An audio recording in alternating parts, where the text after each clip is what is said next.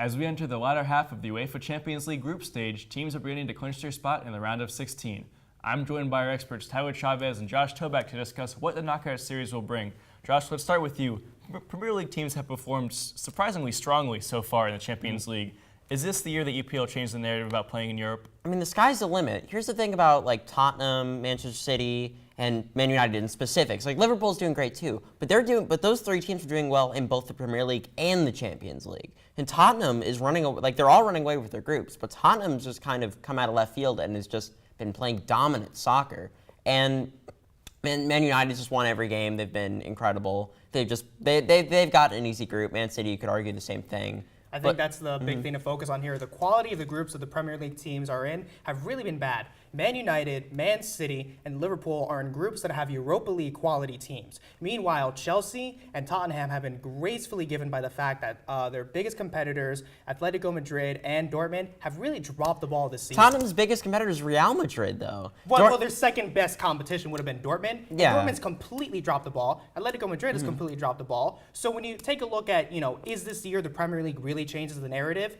They're playing against teams that aren't really the top quality. But they've also had a lot of times where they're playing against teams of low quality. Harry Kane is the second highest goal scorer in the competition right now. He never scores in the Champions League. Him and Dele Alli combined for 7 goals already. Tottenham's on a hot streak of goals. The question against is, very good opponents. Yes, Dortmund's exactly. had a bad run of form, but overall, I think they've been very, very solid. Just Man United also has just been scoring goals insanely. Man City's been keeping a consistent form going. Honestly, we could see a Premier League team in the final. I wouldn't go that far simply because once you have Man United into the group's knockout rounds, we've seen how Jose Mourinho plays against top quality teams. And Man City has a history of going out in the round of 16. Exactly. If they play Barcelona. Jose Mourinho lowers the quality of Man United if they're playing against top quality teams.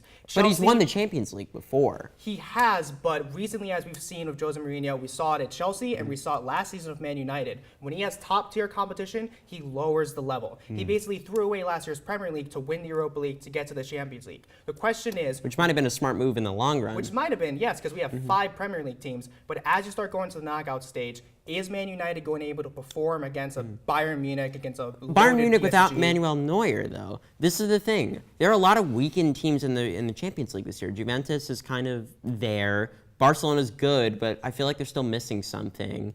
Honestly, the only teams that can really compete are those Premier League teams, in my opinion.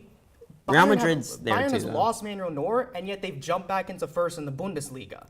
But not, Barcelona may not have Neymar anymore, and yet they're running away with La Liga so far, largely because, yes, Real Madrid has dropped the ball in La Liga, but they've been seeming more like the old Barcelona, where it's focused on team chemistry and a quicker style of play, and a lot of that is because of a new manager. So I wouldn't exactly say the top-tier European teams are weakened. It's just that the European... It's a transitional phase. Yes. So obviously, Premier League teams, maybe they're doing better because of weak opponents. Interesting to see how they perform down the road with some stronger opponents. Tyler, let's start with you for this one. Which team has been the biggest surprise so far?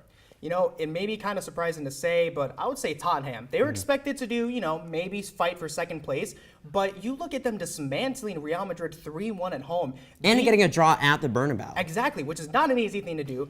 Beating Borussia Dortmund at home, handing APOL on the road, which, yeah, it's APOL, not a big team. But they're in the Champions League. No points are guaranteed in the Champions League. And they're on the road, and they still did it. They have a much easier road to the knockout round now. Like I said before, Dele Alli and Harry Kane combined for 7 goals so far. Harry Kane with 5.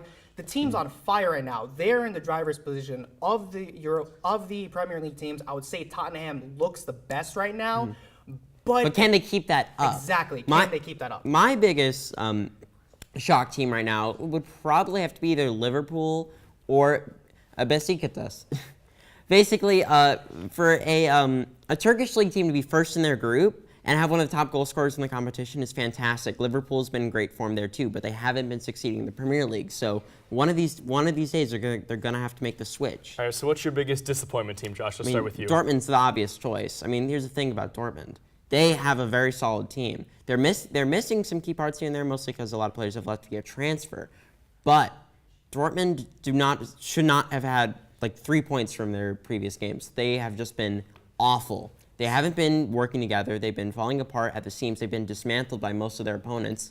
See, They're lucky to get points against Apoel. Dortmund's been disappointing, yes, but they're a young team with some inexperienced players. Pierre-Emerick Aubameyang has been good, yes, but even guys like Pulisic still need more experience. For me, it's got to be Atletico Madrid. You're talking about 2 points out of both games against an Azerbaijani team, Karabakh.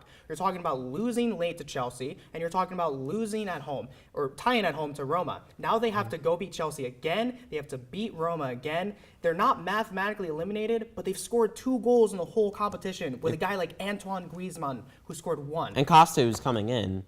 I don't think it'll be enough, though. Atletico's been very disappointing for me. So Lots of underperformance for both of those teams, obviously. Hopefully they can pick it up down the road. But that's all the time for us here on One on One.